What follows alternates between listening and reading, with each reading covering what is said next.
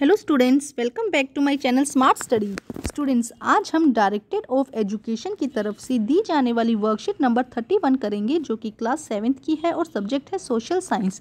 ये वर्कशीट 5 फरवरी 2021 की है। तो आइए शुरू करते हैं आज की वर्कशीट शुरू करने से पहले प्लीज़ मेरे चैनल को सब्सक्राइब कर दीजिए। तो आइए देखते हैं आज की worksheet, how state government works. Dear student, through some previous worksheet we have studies about the administration of states. Now today we learn about the administration of union territories. बेटा, हमने पिछली वर्कशीट में एडमिनिस्ट्रेशन ऑफ स्टेट के बारे में पढ़ा था कि किस तरह जो स्टेट है वहाँ पे एडमिनिस्ट्रेशन प्रोसेस होती है।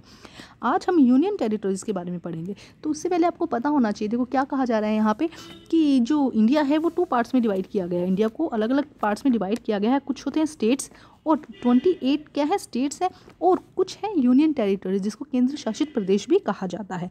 तो हमने पिछली वर्कशीट में स्टेट में किस तरह से एडमिनिस्ट्रेशन होता है उसके बारे में पढ़ा था कि उनका हेड होता है चीफ मिनिस्टर, जो क्या करता है मिनिस्टर्स को लोकेट कर देता है और वो क्या करते हैं बाकी का काम देखते हैं। ये हमने पिछली वर्कशीट में देखा था। आज हम देखते हैं यूनियन टेरिटरीज में किस तरह से जो एडमिनिस्ट्रेशन होता है। We all know that there are 28 states and 8 union territories. हम जानते हैं कि इंडिया में 28 स्टेट हैं और 8 यूनियन टेरिटरीज हैं in India. While state are administrated by the legislative assembly. जहाँ पर स्टेट में क्या होता है हमने देखा था लेजिस्लेटिव असेंबली होती है जो सभी काम को संभालती है।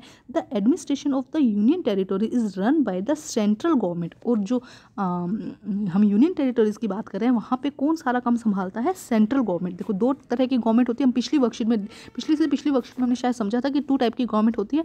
एक होती है स्टेट गवर्नमेंट और एक होती है सेंट्रल गवर्नमेंट।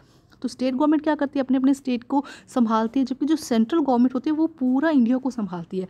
तो जो यूनियन टेरिटरी होती है उस पर कौन वर्क करता है? उस पर वर्क करता है सेंट्रल गवर्नमेंट।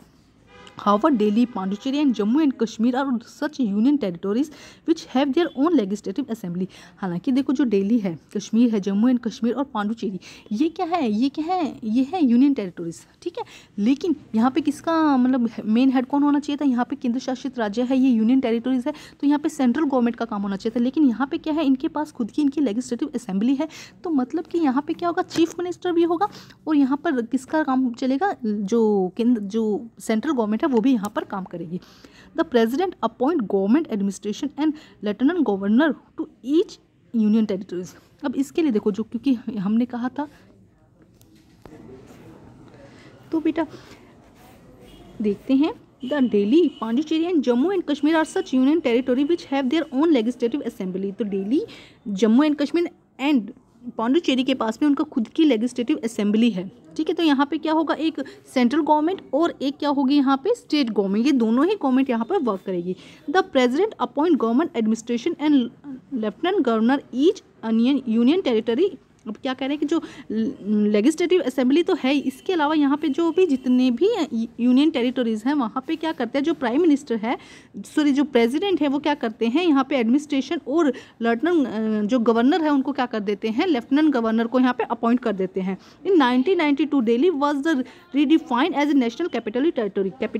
तो 1992 में क्या किया गया था, दिल्ली को वापस से क्या बना दिया गया, कैपिटल टेरिटरीज बना दिया गया। Delhi, Pondicherry and Jammu and Kashmir all 3 have their own elective legislative. Delhi, Pondicherry and Jammu and Kashmir यहाँ पे क्या है बेटा, यहाँ पे लेजिस्लेटिव असेंबली है, मतलब यहाँ पे भी क्या होता है, इलेक्शंस होते हैं। यहाँ पे भी क्या होगा, चीफ मिनिस्टर भी होंगे और सेंट्रल गवर्नमेंट भी क्या करेगी, अपना जो काम है उसको देखेगी। Council of the minister and executive but their power are limited. अब क्या होगा, यहाँ पे जो मिनिस्टर है, जैसे कि चीफ मिनिस्टर हुए, उनके हेड हो गए मिनिस्टर, ये सब क्या करेंगे, अपना काम संभालेंगे, लेकिन इनकी जो पावर है वो क्या कर दी गई है, लिमिटेड कर दी गई है। Some of their laws and for only for the getting the consent of the president of India. और कुछ लॉज जैसे कि स्टेट गवर्नमेंट में हमने देखा था कि क्या होता है, कुछ भी अगर जो गवर्नमेंट ने जो रूल बना दिया वो फॉलो कर लिया जाता है, लेकिन यहाँ पे अगर कोई चेंजेस किए जाएंगे, कुछ रूल्स बनाए जाएंगे तो प्रेसिडेंट की परमिशन की ज़रूरत होगी। तो देखो यहाँ पे दिखाया गया है, ये है हमारा चंडीगढ़, यहाँ Jammu and Kashmir, Ladakh, Delhi, Daman and Diu, है ना। तो ये क्या है, यूनियन टेरिटरी, केंद्र शासित प्रदेश कहते हैं इनको। तो यहाँ पे एक पजल दिया गया है, आइए सॉल्व करते हैं। The name of the union territories of India are given in word puzzle. यहाँ पे वर्ड पजल दिया गया है। Identify and write their name in your notebook. आपको अपनी नोटबुक में उनके नेम लिखने हैं, ठीक है। तो देखिए सबसे पहले अंडमान एंड निकोबार, ये हुआ। उसके बाद में लक्षद्वीप, ठीक है, आपको खुद भी आइडेंटिफाई करने बेटा। इसके बाद दमन एंड दीव, इसके बाद देखिए क्या है यहाँ पे दिल्ली, देखो ये रहा दिल्ली, ठीक है, और यहाँ पे जम्मू एंड कश्मीर, ठीक है। तो बेटा ये देखो कितने में 1 2 3 4 5 यहाँ पे हुए, और है कितने यूनियन टेरिटरीज 8 है। तो आप अपने नोटबुक में इन 8 का नेम लिखेंगे और क्या करेंगे, ये या तो ये वर्ड जो पजल है वो बना लीजिए, अदरवाइज आप इन जो यूनियन टेरिटरीज है इनके नेम लिख लीजिए, ठीक है। तो अब देखते हैं activity number 1, find out and write the name of lieutenant governor और administration for all the union territories India with the help of your family member और टीचर्स। आपको क्या करना है, जितने भी यूनियन टेरिटरीज है वहाँ पे जो लेफ्टिनेंट गवर्नर है या जो एडमिनिस्ट्रेटर है उनका नाम आपको पता करना है, ठीक है।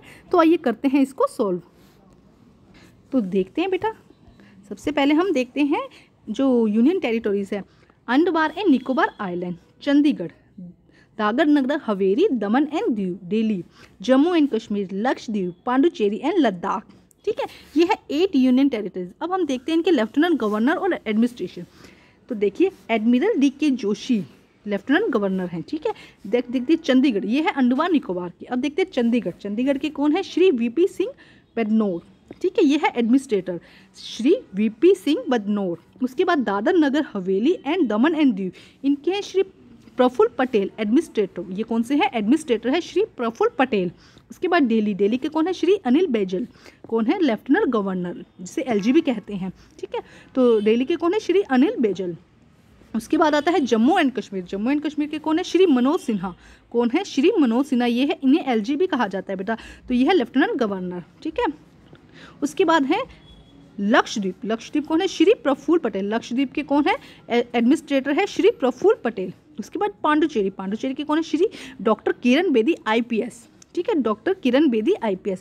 उसके बाद लद्दाख के कौन है, श्री राधा कृष्ण माथुर। तो बेटा आपको इनके नाम भी याद होने चाहिए, और ये आपको फर्स्ट तो देखो आपको यूनियन टेरिटरीज के नाम याद होने चाहिए, ठीक है। उसके बाद आप क्या करेंगे, उसके बाद आपको इनके जो गवर्नर दिए गए हैं, LG दिए गए हैं, उनके नाम आपको याद होने चाहिए, ठीक है स्टूडेंट। तो ये हो जाएगा आपका फर्स्ट क्वेश्चन। अब हम करते हैं नेक्स्ट क्वेश्चन। तो देखते हैं नेक्स्ट क्वेश्चन क्या है बेटा, एक्टिविटी नंबर 2। हम देखते हैं activity number 2, Delhi has a legislative assembly. Delhi में क्या है, लेजिस्लेटिव असेंबली है, हम देख चुके हैं। Which other onion territories in India have legislative assembly, और कौन सी 2 ऐसी यूनियन टेरिटरीज है जहाँ पे क्या है, लेजिस्लेटिव असेंबली है। राइट देयर नेम, तो बताइए क्या है बेटा, हम अच्छे से पढ़ चुके हैं, आपको याद भी हो जाना चाहिए अब तक। तो बताइए क्या नेम है उनके, Jammu and Puducherry and Jammu and Kashmir are such union territory which have their own legislative assembly. तो ये हो जाएगा आंसर नंबर 2, ठीक है स्टूडेंट। तो इसको आप अच्छे से कर लीजिएगा। और इसके अलावा बेटा अगर आपको स्टेट्स देखनी है कि कौन सी स्टेट कहाँ है, तो इसका एक और वीडियो बना हुआ है जिसमें आप स्टेट्स और उनके कैपिटल्स भी यहाँ पर देख सकते हैं। अब देखते हैं नेक्स्ट क्या कहा गया है। The objective of this worksheet is to acquaint the student about administration about union territories। तो किस लिए बताया गया है आज की वर्कशीट में, जिससे कि आपको यूनियन टेरिटरीज के बारे में पता चल जाए।